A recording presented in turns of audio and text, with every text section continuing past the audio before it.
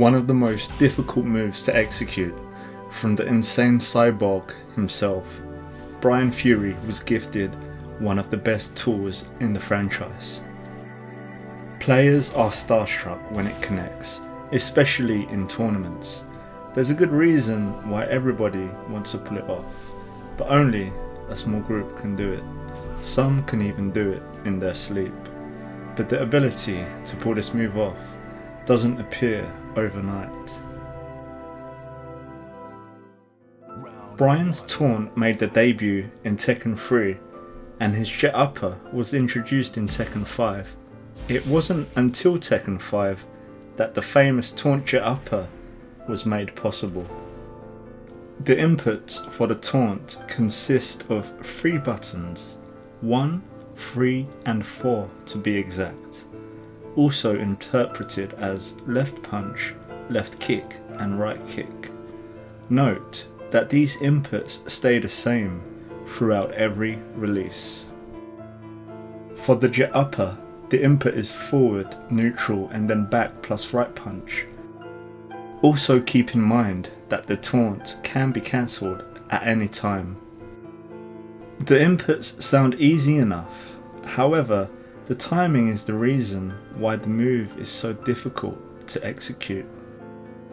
In Tekken 5, when the Taunt connects, it gives 18 plus frames, which means that if you're fast enough, you can connect a move that is 18 frames or faster.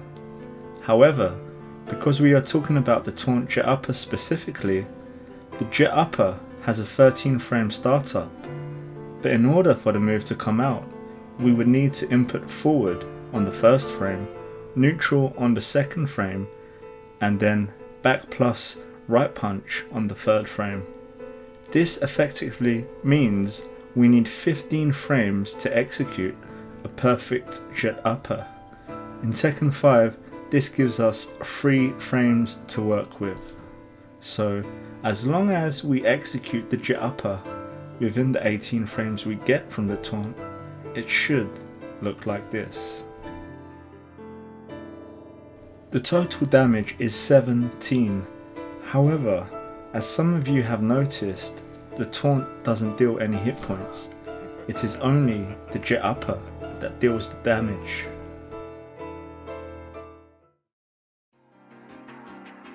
In Tekken 5 DR, the Taunt jet upper becomes harder to execute. We are now given 16 plus frames when the Taunt hits. So if you're sharp at maths, this means we're only given 1 extra frame to work with to execute the Taunt jet upper, since the jet upper still costs us a total of 15 frames to execute perfectly. Although the timing of the Taunt jet upper is stricter, the damage stays the same at 17. It seems like the economy went downhill during Tekken 5 DR. If you thought things couldn't get any harder, you are wrong. In Tekken 6, the jet upper now becomes a 14 frame launcher, 1 frame more than Tekken 5 DR's 13 frame version. The Taunt stays the same and still gives us 16 plus frames on hit.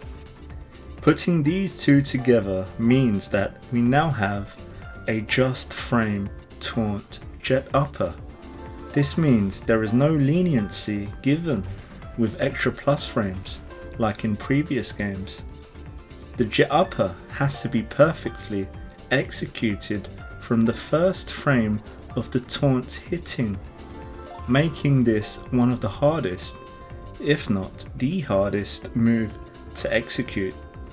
The good news, however, is that the damage has been increased by 3, which gives us 20 damage once connected. The move doesn't change at all in Tekken Tag Tournament 2. The Taunt still gives us 16 plus frames on hit, and the jet upper still has a startup of 14 frames. 16 if we include the forward and neutral inputs. We still get 20 damage for pulling this off. And just like Tekken Tag Tournament 2, the same 16 plus frames from the taunt on hit, and the jet upper still having 14 frames startup. The damage also stays the same. The move hasn't changed at all since Tekken 6. The taunt has amazing tracking properties itself, so it's a great tool to use to catch players who decide to tech roll. You'll always garnish respect from players when it hits, not only because of how difficult it is, but the amount of practice that is required to consistently pull this off in a match. But what happens once practice has paid off? There is one player known for his ability to use many characters at the highest level.